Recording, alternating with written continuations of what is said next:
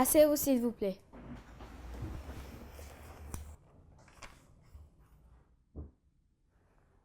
Bonjour. Sophie n'aime pas le sport. Elle invente toujours l'excuse de la maladie pour ne pas le faire. Son institutrice l'a traduite devant la cour. Silence! Silence! L'accusé Sophie demanda à la barre.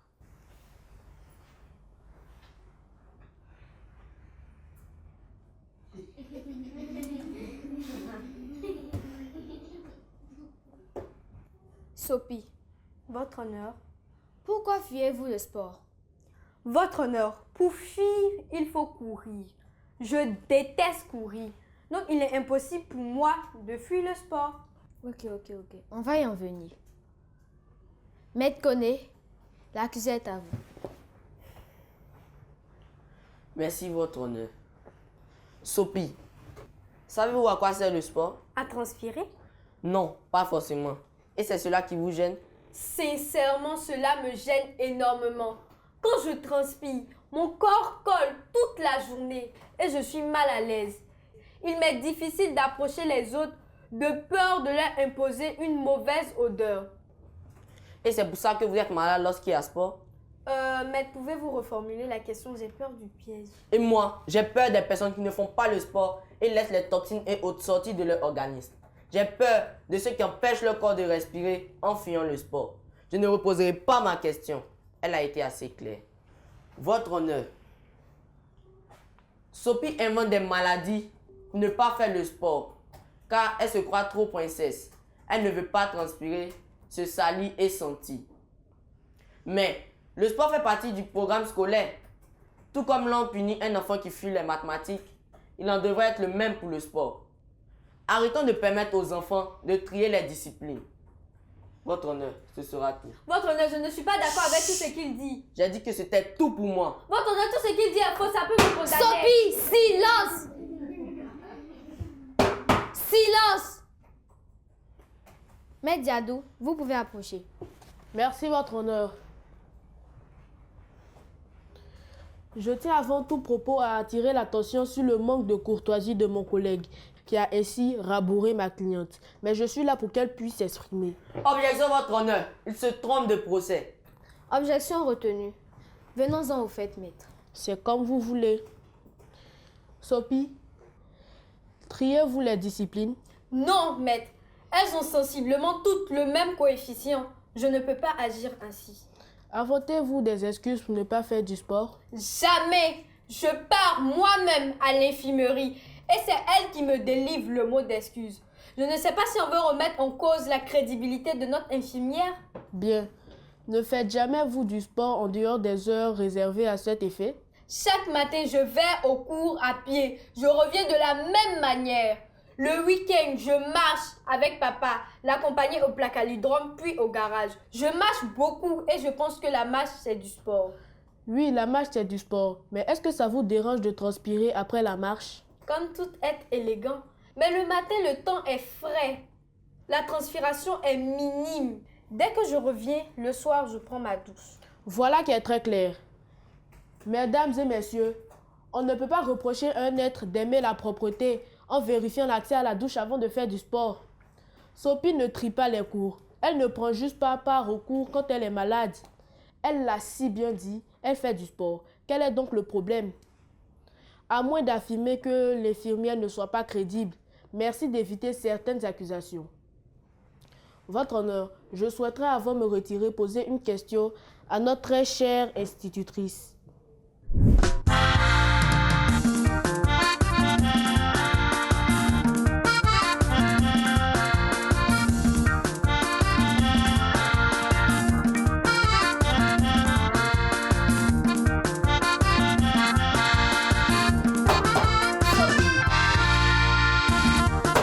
Sophie, Oui, votre vous honneur. dormez? Je vous dis de regagner votre place. Faites venir l'institutrice. L'institutrice est demandée à la barre.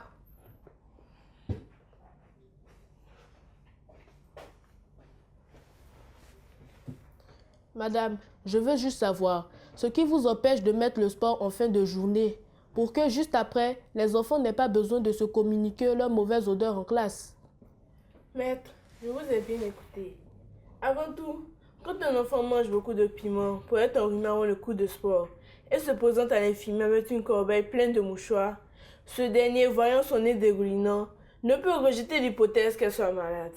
C'est vu la répétition du cas de cette petite qui m'a interpellée. Elle sait comment faire pour sembler malade, donc évitez de défendre l'injustifiable.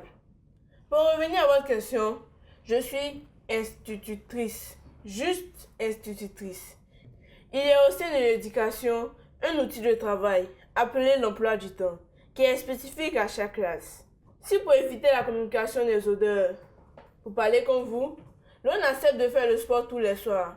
Mais, sur quel espace se ferons-nous? Je ne sais pas.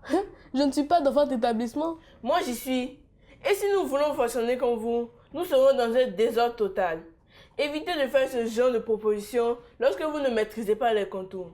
Le cas du jour, c'est Sophie, qui invente des sonnettes pour ne pas faire le sport. Dis-lui que maintenant, si elle ne participe pas, elle aura 0.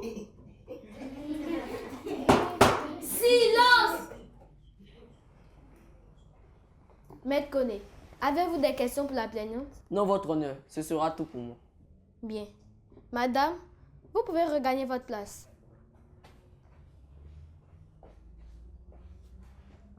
La séance est suspendue pour préparer le verdict.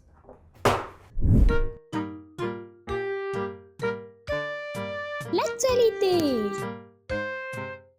Hello chers amis et bienvenue dans votre rubrique Exploration. Aujourd'hui, nous parlerons de la pisciculture. La pisciculture est l'élevage de poissons en eau douce, saumâtre ou salée. On a 2 types. La production en étang avec un bassin en terre dans lequel les poissons se nourrissent complètement ou partiellement à partir de la production biologique du milieu. La production intensive en bassin artificiel ou cage dans lesquels les poissons sont exclusivement nourris avec les aliments fournis par le pisciculteur. La majorité du poisson consommé dans le monde provient de l'élevage et 90% du poisson d'élevage est produit en Asie. Les espèces les plus élevées sont la carpe, suivie du tilapia, les salmonidés et les siluriformes. Je vous invite à visiter une ferme piscicole. Merci de nous avoir suivis. Au revoir et à bientôt. Je n'irai pas par 4 chemins. L'attitude de Sophie est grave. On ne ment pas ainsi pour échapper au cours. On ne crée pas de prétexte. Quand on ne peut pas faire de sport, on voit un médecin qui, après un bilan de santé, nous délivre une dispense. Autrement, on s'y conforme. Sophie, levez-vous. Je déclare Sophie coupable des faits et accusations qui lui sont reprochés. Vous êtes condamné à faire le sport 2 fois par semaine en dehors des heures de programmation à l'école. Vous vous habituerez ainsi à la transpiration qui est bonne pour la santé de votre peau. Asseyez-vous. Avant de lever la séance, permettez aux jurés de donner quelques conseils. Les astuces. Coucou les amis. J'espère que contrairement à Sophie, vous faites du sport. À ce propos, petite astuce pour être à l'aise après le sport à l'école. En y allant, emportez un gant à essuyer, du savon, du parfum, une paire de chaussures de rechange. S'essuyer avec le gant et le savon, le visage, le cou, les oreilles, les aisselles après le sport. Lavez correctement les pieds sortis des baskets. Mettre à volonté le parfum dans les zones nettoyées.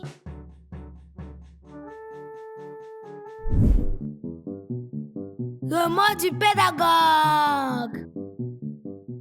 Coucou les enfants, aujourd'hui nous allons parler de sport. Savez-vous que le sport c'est la santé? Savez-vous que le sport c'est la vie?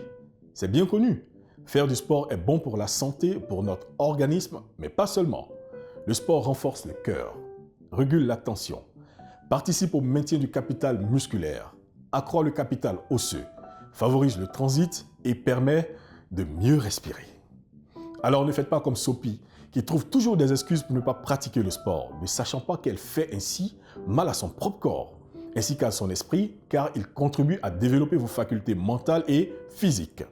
Chers parents, pratiquez des activités sportives pour communiquer à vos enfants le réflexe de faire le sport. Discutez avec eux des vertus de l'activité physique. Concoctez des séances sportives en famille le week-end, suivies de pauses relaxation afin de rendre ces moments plus amusants. Ainsi, vous ferez d'eux des enfants dynamiques et en bonne santé, car le sport réduira dans leur corps la présence de toxines sources de maladies.